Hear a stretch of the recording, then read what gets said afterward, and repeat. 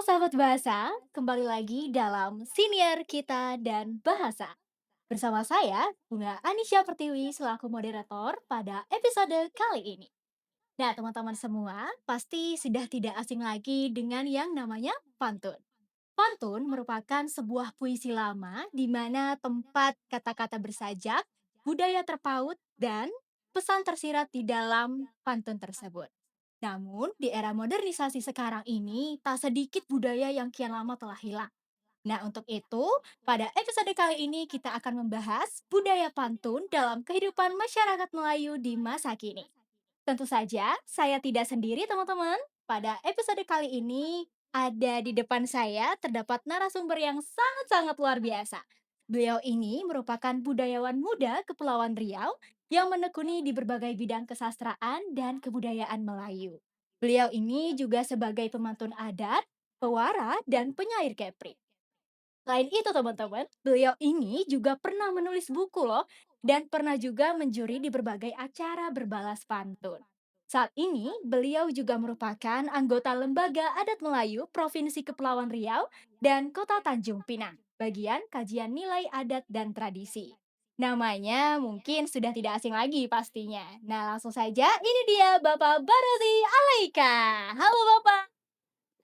Halo, Iya semangat gimana sekali nih? suara kita pada hari Pasti dong, Pak, harus semangat nih, karena narasumbernya juga luar biasa ya teman-teman.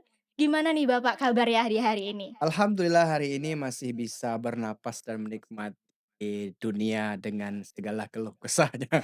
Tapi kita harus tetap bersyukur karena masih diberikan kesehatan lahir dan batin sehingga bisa berkumpul kembali di acara Siniar Bahasa dan Sastra dari Kita dan Bahasa Kantor Bahasa Perpuluhan. Betul sekali Bapak. Patut kita apresiasi dulu ya untuk Kantor Tepuk Bahasa tangan. Provinsi Kepulauan Riau, karena program ini sangat-sangat mengedukasi pastinya, apalagi didatangi oleh narasumber yang sangat-sangat luar biasa. Luar biasa Betul. sekali. Saya luar biasa dan kamu juga lebih luar biasa. Masya Allah. Oke Bapak. Nah di episode kali ini seperti yang tadi udah saya bahas nih, episode ini kita akan membincangkan tentang budaya pantun dalam masyarakat Melayu di masa kini. Wow. Nah, kalau menurut Bapak, sekiranya apa sih terdapat perubahan bentuk di masa dulu dan di masa kini? Wah, masih belum 1 menit ya, pertanyaannya sudah sangat tajam sekali. Luar biasa pewaara kita pada pagi hari ini, pada hari ini. Baik, untuk, budaya berpantun ya, khususnya di Kota Tanjung Pinang, kita tahu bahwasanya Kota Tanjung Pinang itu terkenal dengan negeri pantun, Kota Gurindam atau Kota Gurindam negeri pantun ya, terbalik ya? Kota Gurindam negeri Iya, pantun ya. betul. Dari sekitar kurang lebih, 10 tahun yang lalu sudah diproklamirkan sebagai Kota Gurindam Negeri Pantun ini, pantun sudah sangat bersemi dan, senantiasa ada di, seluruh napas kebudayaan Melayu yang ada di Provinsi Kepulauan Riau, khususnya di Tanjung Pinang. Yang lebih banyak berubah itu adalah bagaimana pantun sudah menjadi, sebuah warisan tak benda dari UNESCO, kemudian sudah diakui seluruh dunia dan juga Betul. dimiliki oleh seluruh negara-negara serumpun yang ada di persekitaran Riau, Johor, dan juga, Malakar, kemudian Singapura, Thailand, dan lain sebagainya yang berbatasan dengan wilayah serumpun. Nah, selain itu juga perubahan-perubahan yang menarik dari pantun sekarang dia sudah menjadi seni pertunjukan. Jadi pertunjukan ini bukan hanya sekedar berbalas pantun atau berbicara menggunakan pantun, tapi sekarang sudah berubah menjadi yang lebih, menarik sekali untuk kita saksikan. Kita, buat sebuah perlombaan ataupun pertandingan dan juga menjadi sebuah event-event yang sangat dinantikan oleh masyarakat. Ada beberapa perubahan yang sangat, menarik dalam, budaya berpantun. Misalkan ada yang namanya, musikalisasi pantun. Iya. Kalau dari dulu kita udah tahu tuh lagu-lagu yang diciptakan dari zaman dulu itu pasti lirik-liriknya asalnya kan kalau nggak jauh-jauh dari pantun ya, yang Betul. terdiri dari 4 baris, entah itu pantun bersaja ABAB ataupun bersaja AAA. Nah sekarang dia dinaikkan menjadi sebuah lagu-lagu yang lebih easy mudah didengar oleh generasi muda. Seperti lagunya, eee, "Kalau ingin Melihat. melihat ikan" itu pantun. Walaupun tidak sempurna pantun yang kami kerjakan, tapi minimal itu sudah menjadi, eee, apa namanya itu, perjalanan menarik dari pantun sudah sampai ke nasional, tuh. Kemudian ada juga dari segi teater Iya, pantun, kemudian eksibisi ataupun berbalas pantun, seni dramatisasi pantun yang beberapa kali saya jadi juri dan itu menjadi sebuah ini pertunjukan yang menarik bukan hanya sekedar berbalas pantun. Kalau seperti biasa kita berbalas pantun 2 lawan 2 1 lawan 1, sekarang sudah tidak betul. lagi. Dia sudah punya cerita, pantunnya sudah punya cerita, sudah Iya, beradaptasi. Jadi bukan hanya sekedar pantunnya, tapi juga ada cerita yang dikemas menjadi sebuah, tontonan yang menarik. Sampai hari oke. ini itu bagian yang cukup besar perubahannya dalam dalam, bidang budaya Pantun. berpantun. Oke, nah tadi Bapak juga ada menyebutkan bahwasanya pantun itu kan bisa disebutkan sebagai seni pertunjukan. Betul. Nah, boleh nggak sih Bapak, tadi kan di awal pembuka, Mhm. boleh sekiranya Bapak perkenalkan diri Bapak menggunakan pantun. Nah, karena memang, Bapak Barozi ini ya teman-teman, sudah pakarnya di bidang pantun. Iya.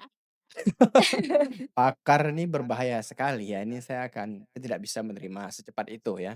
Karena menurut saya pakar itu sudah pasti hal yang paling teruji umurnya, pasti di umurnya. Ya kalau kalau saya yang masih sangat-sangat muda ini, masih belum mengakui kalau saya seorang pakar. Tapi kalau saya penggiat pantun, penggiat tradisi berpantun ya saya. Oke.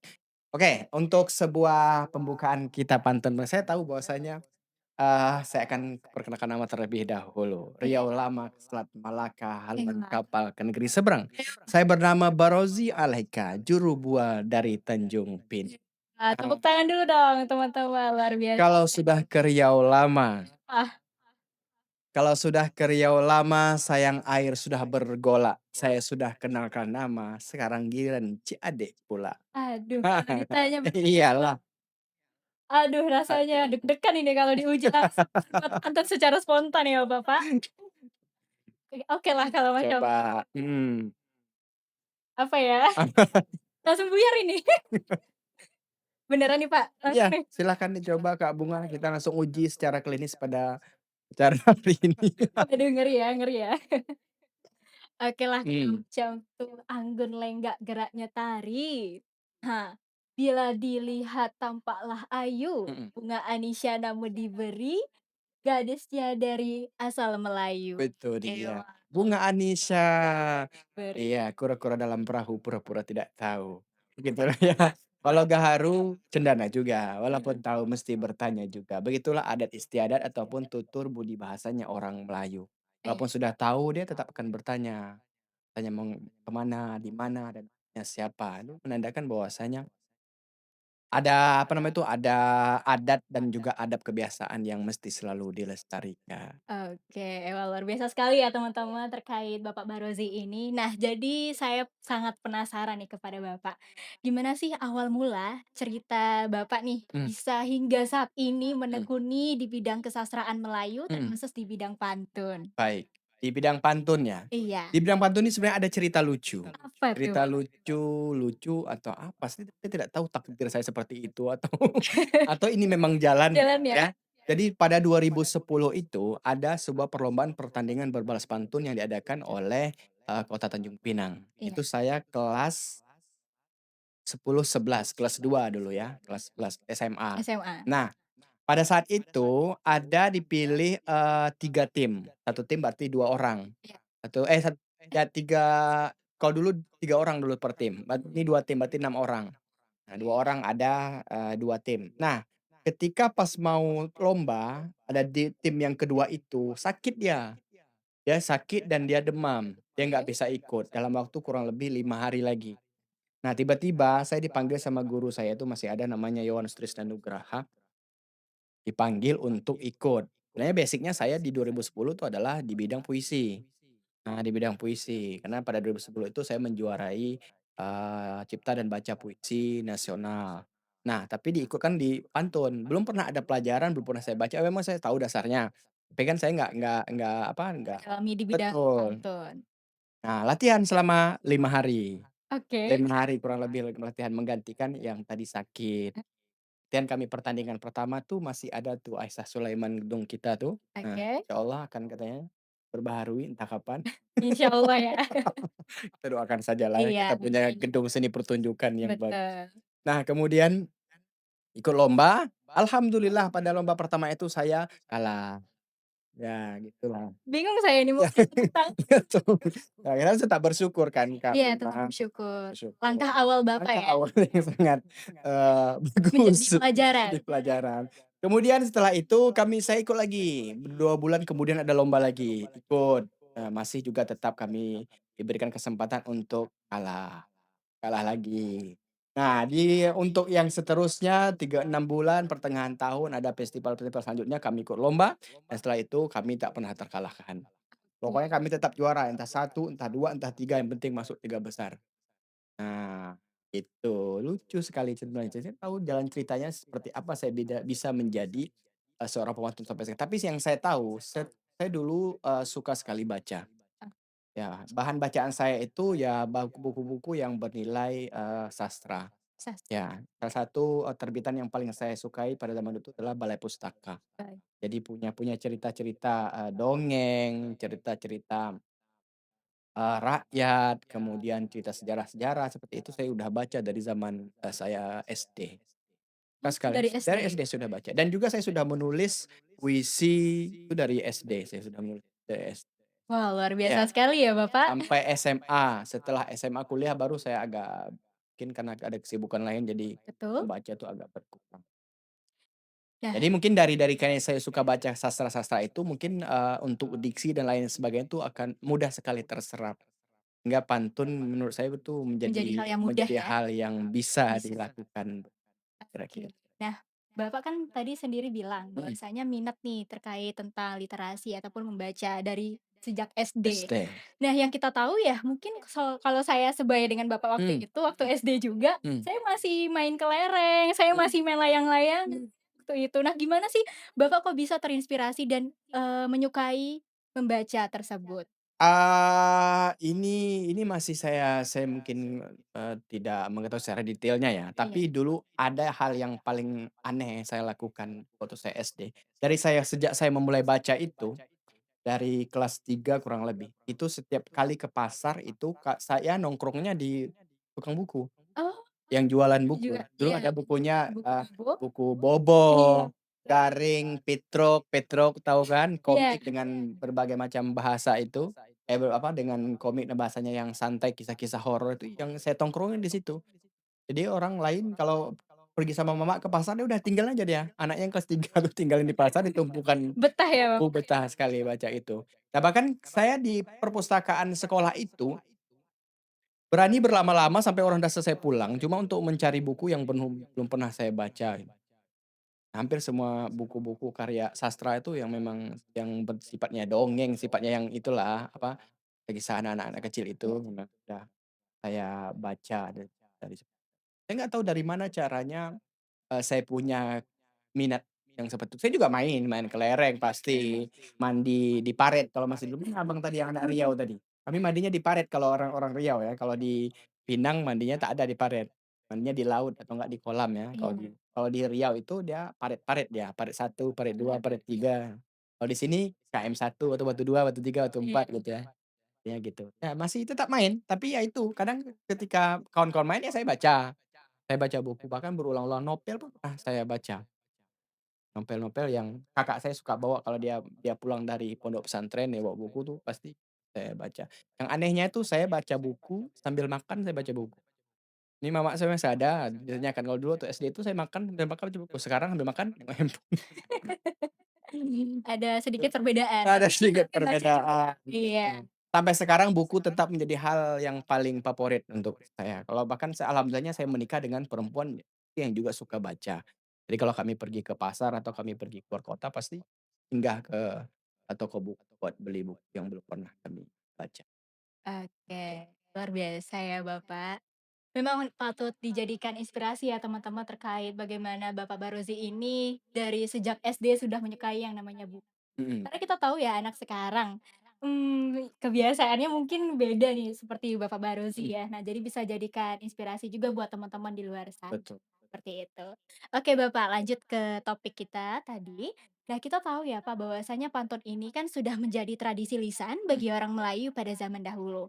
Nah, yang kita tahu itu orang-orang dulu itu kan seperti yang Bapak bilang, mereka itu menjadikan tradisi lisan yang biasanya mereka mengucapkan secara spontan. Ya, betul. Nah, menurut Bapak sendiri, sebenarnya pantun yang dibuat secara spontan itu susah nggak sih Pak sebenarnya? Dan Mhm. kalau boleh tahu, apakah ada trik nih bagi kami yang sekiranya masih pemula untuk membuat pantun? Baik. Seperti itu.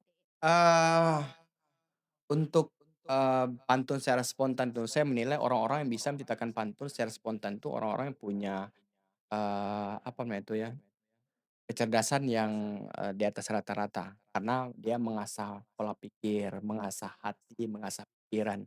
Dan Iya, tentu saja dia sudah pasti bukan hanya mengasah hati dan pikiran, tapi juga mengasah apa yang dia pandang. Karena pantun itu kan terlintas dari apa yang kita lihat. Kita lihat itu yang bisanya menjadi sampiran, menjadi isi. Menjadi, sebuah pembelajaran bagi orang-orang terdahulu, jadi setiap mereka melihat sesuatu tuh bisa menciptakan karya-karya pantun. Ya ya. Ya nih, ada satu pantun yang bagus sekali, "Buah cempedak di luar pagar, wah, ambil galah tolong jolokkan. Kami budak baru belajar, kalau salah tolong tunjukkan." Itu pantun sempurna ya, rima tengah, rima akhir. terima Buah cempedak di luar pagar, buah cempedak itu buah yang buah buah peliharaan. Jadi buah peliharaan itu biasanya dia tidak akan ada di luar pagar. Dia sudah pasti di dalam pagar, karena buahnya buah yang yang ter dikonsumsi, iya, ya yang dikonsumsi. terawat. Kemudian ambil galah tolong jolokkan. Dia minta tolong lagi, galah, kemudian tolong dijolokkan. Artinya, anak ini sudah berada di luar pagar, mau mengambil punya orang lain yang di dalam pagar, buah-buah tadi. Betul Nah, betul. kami budak baru belajar, kalau salah tolong tunjukkan. Nah, eee, persamaannya antara buah cempedak dalam pagar dengan kami budak baru belajar. Budak budak baru belajar ini artinya anak-anak yang tidak tahu, anak-anak yang tidak tahu, berada di luar pagar Pagar, tadi. Mengambil hak orang lain yang ada di dalam pagar tadi. pagar. Kalau salah tolong dijolokkan. Dia minta tolong dulu tapi, walaupun kalau dia tidak sengaja salah atau tidak sengaja mencuri, itu tolong ditegur, tolong Benar. diingatkan. Dengan hanya melihat apa yang ada di dalam pagar ataupun di luar pagar tadi, mereka sudah tahu bahwasanya mereka anak-anak itu beradab sekali dia, walaupun dia salah dia tetap minta ambilkan, walaupun dia salah dia tetap minta dimaafkan. Iya. Tuh, hal-hal seperti itu bisa terlintas begitu saja bukan karena tidak memiliki apa, tidak memiliki arti dan suasana ya, tapi itu sudah memang ada dalam pikiran dan apa yang dipandang oleh orang-orang Melayu yang dulu sudah terasa, mindanya atau pola pikirnya. Tuh, Kak, Bunga. Oke, luar biasa ya, Pak. Mmm, Berarti kalau orang-orang dulu itu membuat pantun tuh benar-benar dipikirkan bait per mmm. baitnya, sajaknya, rimanya, dan maknanya tuh juga ada terselubung gitu. Betul, detail Oke. sekali. Bukan hanya per baris, tapi juga per kata. Perkata. Per kata, detail sekali. Jadi makanya sastra-sastra Melayu tuh saya pikir sastra-sastra yang mahal sekali ya, yang tidak bisa kita buat sampai sekarang yang secara, secara gamblang tuh butuh butuh waktulah untuk menyempurnakan sebuah pantun yang penuh dengan makna semuanya. Mau itu diksinya, mau itu barisnya, baitnya, dan juga lampiran ataupun isi dari pantun tersebut. Oke. Nah, kalau menurut Bapak nih, sekiranya apa sih tantangan yang Bapak hadapi ya, dalam menjaga eksistensi pantun sebagai warisan budaya Melayu Ini berat di sekali, masa kini ya? betul. Ini hal yang paling berat sekali sampai sekarang yang masih terus saya, kejar dan saya cari, ada generasi-generasi termasuk kamu generasi yang terakhir kayaknya nih, yang berada di dalam komunitas saya bina yang namanya Pandantun. Iya. Ya setelah kamu karena saya udah nggak ngajar lagi jadi saya nggak punya lagi murid seterusnya. Jadi tolonglah Bunga lanjutkan. Maksud terselubung gitu ya, Pak? Maksud saya gini, alhamdulillahnya Tanjung Pinang ini walaupun masih, tidak terlalu lajulah perkembangannya, masih ada kantor bahasa yang punya festival-festival kesusastraan. Yang baru-baru ini festival tradisi lisan, kemudian ada lagi yang syair apa namanya Bang Pai? Tunas Bahasa Ibu, ya Tunas Bahasa Ibu. Ada sastrawan masuk sekolah, ada duta bahasa yang terus sama menjaga sehingga pantun ataupun syair-syair orang Melayu itu masih terus ada di kalangan, sekolah dasar, SMP, SMA maupun di perguruan tinggi. gitu. Hal-hal yang seperti itu harus tetap kita sama jaga dan kita, lestarikan, karena kita tahu bahwasanya sekarang bukan hanya di Tanjung Pinang ya, beberapa gelisahnya para pemantun adat khususnya kami, para pemantun adat, tokoh-tokoh yang berjalan di dunia pantun adat itu, di Pulau Penyengat tuh cuma sisa satu orang. Kemudian di Bintan yang muda generasinya baru keluar satu orang di Bintan. Di Bintan. Lingga tidak ada. Hanya satu kemarin, kawan kami pas SMA yang baru turun dan itu baru turun ya, baru turun. Di Anambas tidak ada yang muda lagi. Di Natuna saya tidak tahu kabarnya seperti apa. Di Karimun pun masih orang-orang tua. Jadi saya selalu kalau setiap saya ada, eee, dipanggil untuk, "Bang tolong berbalas pantun untuk acara pernikahan," misalnya, butuh berapa orang, 2 orang Kak, maka saya akan tarik tuh yang generasi-generasi baru. Walaupun secara syaratnya untuk berpantun adat tuh agak berat sebenarnya. Ya sebenarnya syarat utamanya itu harus menikah. Ya, secara ininya, karena secara logikanya di dalam pantun adat itu kan kita menasihati orang yang Mau akan melakukan iya. pernikahan. Secara logikanya yang belum menikah menasihati yang mau menikah itu gimana. Tetapi karena ini demi melestarikan, budaya dan adat terus tetap ada generasinya, maka itu menjadi, hal yang membatalkan atau rukhsahlah, memberikan keringanan sedikitlah untuk prosesi pantun adat. Gitu. Jadi yang generasi-generasi baru sekarang akan tetap masih bisa untuk berpantun. Ada beberapa orang yang memang ada yang dari Lingga yang kuliah di sini kami ajak, yang dari Anambas yang kuliah di sini kami ajak. Biar dia belajar, biar dia pulang nanti dia bawa barang ini untuk sama-sama kita jaga. Ini loh budaya kita, budaya berpantun ya, budaya pantun entah itu di pernikahan, entah itu di, seni pertunjukan dan lain sebagainya untuk tetap terus ada dan terjaga. Berat memang, berat. Oke. Makasihlah kantor bahasa.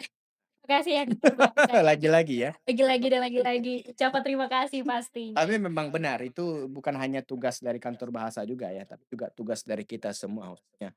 Kalau tidak bisa bekerja sama ya akan timpang ya, akan timpang. Ya budayawan ataupun sastrawan harus tetap bekerja dengan kantor bahasa, kepala daerah ataupun, wali kota ataupun pejabat lain sebagainya juga harus tetap bekerja bersama dengan kantor bahasa biar, budaya kita tetap terjaga, warisannya tetap ada. Nah itu tadi ya jawaban dari Bapak Barozi. Nah Bapak kami penasaran nih terkait, Bapak kan juga sebagai pemantun adat, terus pernah juga menjadi dewan juri ya pada beberapa ajang perlombaan berbalas pantun. Nah sekiranya ada nggak sih Pak pengalaman menarik yang sekiranya Bapak bisa ceritakan ke teman-teman di luar sana? Entah itu pengalaman lucunya atau mungkin pengalaman yang sekiranya, eee, terkenang sampai sekarang?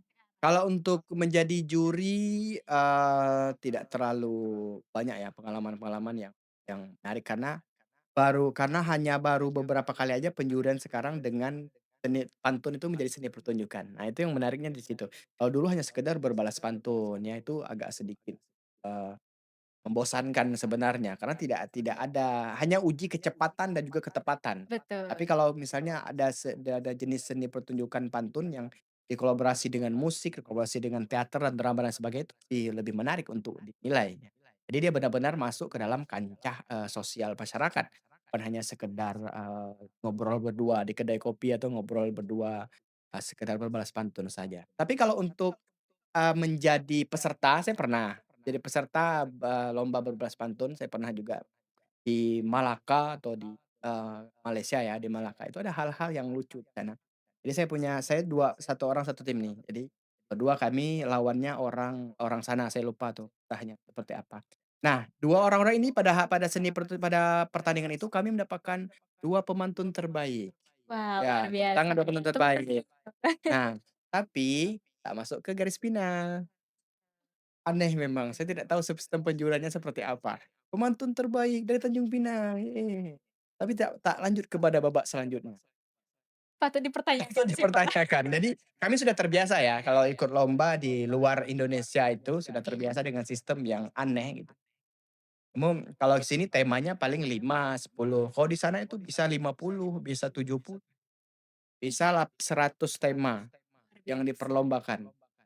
Dengan tema yang misalkan, bahasa ibu, bahasa sehari-hari, bahasa ibunda, bahasa nenek misalnya. Ada yang seperti itu, dengan 4 bentuk yang sama, hanya beda beda namanya saja. aneh itu hal yang aneh sih, bukan menarik menurut saya. Jadi itu tidak kita sortir dan kita tidak tidak bawa ke Tanjung Pinang. Karena ketika mereka kami bikin juga lomba kemarin, mereka yang datang kami pertunjukkan, seperti ini loh yang sebenarnya, dalam berlomba berbalas pantun. Kalau udah terhebat, terbaik itu, coba yang terhebat dan terbaik yang ngalahin siapa coba? Saya sih nggak Ya tahu, kan? bingung. Aneh itu kan? Aneh-aneh. Kan seperti itu, emang ada di atas terbaik, terhebat tuh apa gitu? Iya, Nggak ada. betul betul. Itu hal-hal yang jadi sebuah ini, namanya itu bagian dari perjalanan saya dalam Oke, luar biasa sekali ya Bapak. Berarti, Bapak ini mengikuti lomba yang di luar negeri itu di umur Bapak yang sekarang? Atau pernah di di SMA atau kuliah? SMA enggak, di Kuliah, kuliah di 2014, 15, 16 gitu. luar Ya, biasa. ada 3 tempat kami pernah. Kami pernah ke Bangi, ke, Kuala Lumpur dan juga di Malaka. Kalau ke Pahang kami pertunjukan saja. Oke, luar biasa. Nah, mungkin kan Bapak juga pernah langsung ya berlaga bersama orang-orang dari luar negeri nih, dari Malaysia, Ya. Singapura, dan lain sebagainya. Nah, apakah terdapat perbedaan dari, aksennya kah? Atau mungkin dari cara mereka membuat pantun, apakah terdapat perbedaan dengan kita yang di Provinsi Kepulauan Riau ini? Ya, jelas. Walaupun sama Melayu serumpun, tapi ada banyak sekali perbedaan, bahasa yang, mempengaruhi makna dalam berbalas pantun. Ada satu kata kalau di Indonesia tuh serono ya. Serono kita bermakna itu hal yang, tidak patut ya, tidak baik, tidak Betul, bagus. Nah, berbeda dengan di Malaysia, di Malaka itu serono itu hal yang seru, yang gempita, yang meriah. Perbedaan kaidah itu yang membuat atau makna itu yang membuat kita, ambigu dalam membuat pantun terhadap mereka. Pantun mereka tuh bahasanya emang kiasnya tinggi-tinggi, cuma kita kadang sulit paham. Mereka iya, menggunakan bahasa-bahasa yang bahasa lama sekali, betul, yang sulit bahasa yang dimengerti. dimengerti. Padahal dalam sebuah pertandingan pantun hal seperti itu tidak baik karena, membuat, pertunjukan tadi menjadi gagal. Jadi nggak baik. Kalau saya menjadi dewan juri, saya tidak menyarankan kan pantun dengan kaidah ataupun bahasa-bahasa yang susah dimengerti orang. Tapi bagaimana caranya dia menyampaikan pantun itu? Dia menjadi media komunikasi. Berkomunikasi kan harus berdua dong, harus ada 2 orang berbalasnya. Kalau Betul, dia hanya jalan sendiri, gagal berarti. iya, Nah itu, kuncinya di situ dan tidak semua, dalam pertandingan pantun memahami konsep itu. Itu ya kalau dalam bidang bidang pantun. Ada banyak sekali kata-kata atau diksi-diksi dari mereka yang berbeda. Beda, bahasa ibunda, bahasa ibunda itu bahasa apa? Bahasa ibu, kalau itu bahasa ibu kah? Resepinenda, apa nih resepinenda? Padahal itu apa ya namanya, resep nenek ya, resep nenek. resepnya Resep nenek, tuh. Ada banyak lah pokoknya, ada banyak ada berarti ya? banyak sekali. Oke. Nah, kami penasaran lagi nih, Kak. Gimana sih caranya Bapak bisa menyeimbangkan ya, kan secara Bapak juga sebagai tenaga pendidik, yang di mana Bapak sering bertemu pada murid-murid zaman sekarang nih. Mmm, Nah, gimana cara Bapak untuk bisa menyebar luaskan informasi terkait pantun, yang di mana ini kan pantun merupakan budaya dari masyarakat Melayu. betul. Sedangkan anak muda zaman sekarang ini kan acuh tak acuh ya terhadap, budaya yang sudah ada dari dulu dan mereka lebih memilih untuk menyukai budaya-budaya yang sudah masuk dari luar. Nah, Ya. gimana itu? Gimana? Tantangan bukan hanya untuk saya ya, tapi untuk seluruh generasi, tua ataupun muda yang berkecimpung di dalam bidang, budaya khususnya budaya daerah kita, berbalas pantun, berpantun, bersyair, bergurindam, dan lain sebagainya. Kalau tidak itu diajarkan terus-menerus dari sekolah dasar atau sekolah tingkatan paling rendah SD, SMP, maka dia akan hilang di tingkatan yang tertinggi. Nah, dia akan digerus sama budaya-budaya dari perkembangan trending yang lagi tren saat ini, ya. Budaya yang joget-joget tak tentu arah itu atau apapun lah itu yang bersifatnya memang untuk hanya sekedar, kesenangan, semata, bukan bermaksud untuk menjadi, mewariskan hal-hal yang kita anggap patutlah untuk kita wariskan. Nah, untuk sekarang ini saya sudah tidak mengajar lagi. Makanya dia sudah bilang saya sudah tidak mengajar lagi, jadi saya sudah tidak punya murid lagi untuk bisa meneruskan generasi yang, ilmu berpantun yang saya bawa ini.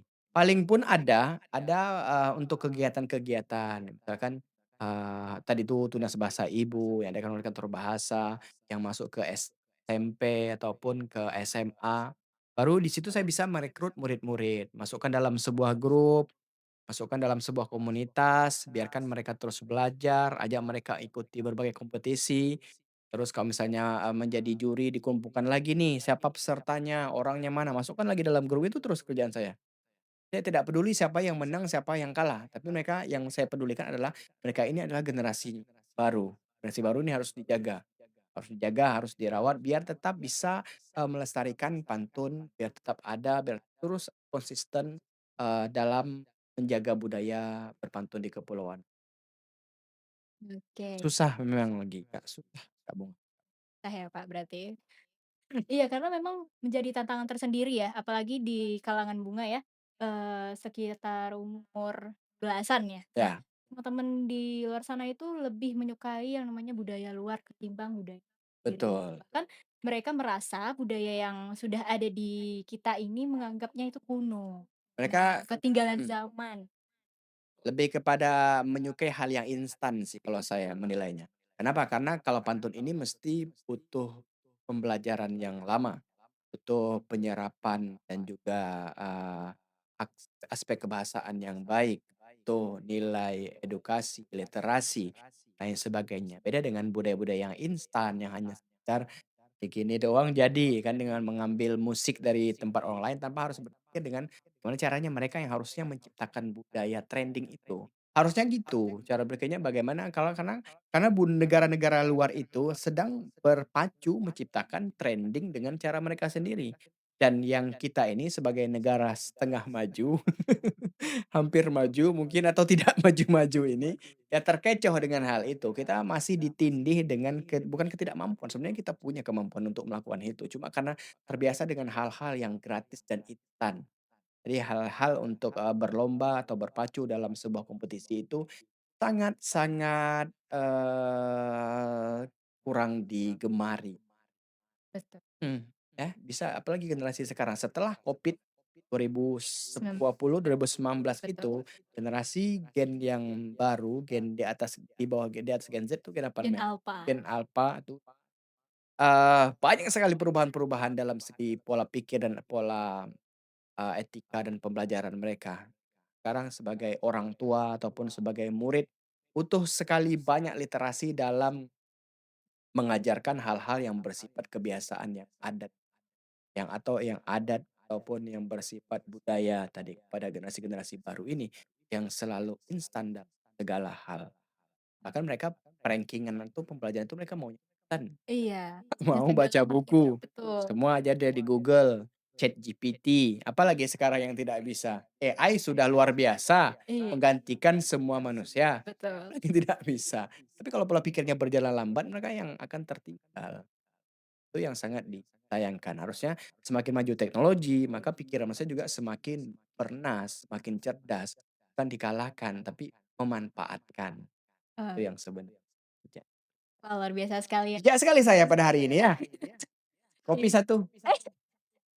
Oke, Bapak. Nah, kalau begitu tadi dari jawaban Bapak, Mhm. apa sih sekiranya pesan ataupun nasihat Bapak sebagai ya mungkin kita tahu Bapak udah sebagai orang tua ya, udah punya anak juga, kepada generasi zaman Iya. sekarang, supaya tetap menanamkan nilai-nilai budaya yang sudah ada tanpa terkikisnya budaya-budaya dari leluhur kita? Ya, sebagai orang tua. Kamu tahu nggak bunga rahasia seorang laki-laki? Laki-laki itu memang tetap terlihat tua, tapi mereka tak akan pernah dewasa. Itu rahasia laki-laki. Udah mau menikah? Siap-siaplah kamu akan berteman dengan seorang anak-anak sampai itu. Kalau dia punya pasangan yang tepat. Intermezzo. Intermezzo.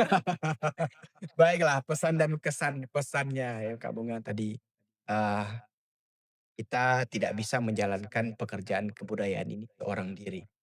Harus sama satu padu, sama berkait tangan, berkait pola pikir dan juga bersatu tujuan untuk sama melestarikan kebudayaan khususnya di Kota Tanjung Pinang ini tentang budaya berpantun. Ya, bukan hanya kantor bahasa yang terus-menerus turun ke sekolah, turun ke masyarakat, turun ke, universitas dan lain sebagainya, tapi juga pemerintah juga harus sama bersinergi, membantu, ya, minimal memberikan fasilitasi kegiatan-kegiatan yang dilakukan. Itu juga dengan kebudayaan. Kebudayaan di Provinsi Kepulauan Riau ataupun Tanjung Pinang ini sudah sangat turun jauh, ya, bukan hanya, kebudayaannya tapi juga, pelakunya juga sangat turun jauh. Karena tadi ya, kita dibatasi dengan ya apalah alasan sebagai anggaran, alasan sebagai, apa namanya itu, ketidakadaan waktu dan lain sebagainya. Padahal kalau kita bisa bekerja sama itu bisa saja terjadi. Ada banyak kan tuh, kantor-kantor ataupun pemerintah-pemerintah yang bisa bekerja sama dengan untuk memajukan sama kebudayaan, Betul. misalkan sama perguruan tinggi, sama kantor bahasa, sama museum, itu kan, kurang lebih samalah jalurnya, sama-sama untuk menjaga nilai dan budaya itu tetap ada. Jadi, memang tidak bisa bekerja secara sendiri. Ya salah satu yang kita kerjakan hari ini, kita sama memberitahukan, sekedar mengingatkan itu yang kita bisa, karena kita tidak punya kemampuan lebih daripada itu. Hanya untuk menjaga, untuk sama-sama Kak Bunga sekarang udah jadi mahasiswa, mahasiswi. Nah, tularkan kembali kepada kawan-kawan yang ada di bawahnya. Kalau dikasih kesempatan untuk memberikan siniar kembali atau memberi materi, masukkan budaya kita yang ada. Entah itu di pembukaannya ada berpantunnya, ataupun di closing-nya berpantun saja dia tetap, nyala gitu, walaupun hanya sekedar, pelita di tengah gulita yang tidak bisa menyaingi cahaya rembulan, begitulah. Tapi harus tetap sama kita lestarikan, harus tetap sama kita jaga, sehingga kita Tanjung Pinang ini terkenal dengan istilahnya kota budaya. Kita tak bisa menyaingi Batam sebagai kota industri, Betul. tak bisa menyaingi Bintan ataupun Anambas sebagai kota pariwisata. Iya, Yang kita punya itu Tanjung Pinang hanya sebagai kota sejarah atau di bidang budayanya, di bidang sejarah dan juga budaya. Sejarah sebagai kota yang, asal-usulnya bahasa Indonesia, ya. Nah, mudah-mudahan itu tetap berjalan dan juga tetap terjaga. Kalau semakin tergerus, semakin hilang, ya saya pun sudah angkat tangan. You and bye-bye. Kita doakan sajalah ya, semoga generasinya tetap ada dan juga anak-anak muda atau saya juga dapat informasi bahwasanya di sekolah dasar atau Kota Pimpinan tuh Kota Pimpinan kan membawahi sekolah dasar SD dan juga SMP. Sekarang lagi digalakkan iya, muatan lokal muatan lokal, betul. yang bersifat, kebudayaan. Nah Iya, itu akarnya itu harus kita sama-sama kita kita jaga. Mudah-mudahan itu terus-terusan bukan hanya sekedar tahun ini, bisa terus bertahun lain sebagainya, bukan hanya nanti mengajarkan tentang sastranya, bukan hanya tentang budayanya, juga ada sastranya, bukan hanya pantun, syair, gurindam, mungkin kembali lagi masuk kepada Arab Melayu seperti zaman-zaman saya dahulu, kira-kira harapan, insyaallah. oke. Baik, terima kasih Bapak atas, nasihat dan pesannya. Nah, mungkin sebagai penutup ada nggak sih Bapak mau nyampaikan ke teman-teman di luar sana? Terus boleh juga ditutup dengan pantun. Lagi mau disampaikan. Iya, Baik terima kasih banyak kantor bahasa, terima kasih kawan-kawan dari duta bahasa, terus melaju, teruslah hebat, teruslah sama menjaga budaya dan nilai bahasa dan sastra yang ada di Provinsi Kepulauan Riau, khususnya Kota Tanjung Pinang. Sama menjaga kita, sama juga terus, bukan hanya menjaga tapi juga ikut melestarikan, ya, betul. menggunakan yang pastinya. Kalau tidak kita gunakan maka sama saja bohong. Ya, karena Iya, barang-barang yang tidak digunakan itu akan akan menjadi rusak. Jadi harus tetap digunakan. Entah itu menggunakan pantun, entah itu syair, entah itu gurindam dalam berbagai hal. Karena sekarang sudah berkembang sekali pola penjagaannya, pola pelestariannya juga sudah berkembang. iya, Dan itu harus sama-sama kita gandeng, kita sepakati bersama untuk saling menjaga, saling melestarikan nilai budaya ataupun nilai sastra yang ada di Kota Tanjung Pinang ini. Terakhir dari saya, terima kasih. Tabaruzi alaika, saya tutup dengan pantun, atas dahan-daun melambai, ew berjumpa di atas batu. ewah. Cukup sekian, see you and bye-bye. Sampai jumpa di lain waktu. Oke, luar biasa sekali. Mari beri tepuk tangan yang meriah untuk Bapak Barozi. Terima kasih ya Bapak Makasih kembali. atas kesempatan dan waktunya. Semoga di lain waktu kita dapat bertemu kembali Mhm, dan segala ilmu yang telah dibagikan ke teman-teman di luar sana dapat bermanfaat dan amin. mari jadikan pantun sebagai budaya yang harus kita jaga dan kita lestarikan. Amin ya rabbal alamin. Saya Bunga Anisya Pertiwi selaku moderator pada episode kali ini pamit undur diri. Wassalamualaikum warahmatullahi wabarakatuh. Dadah.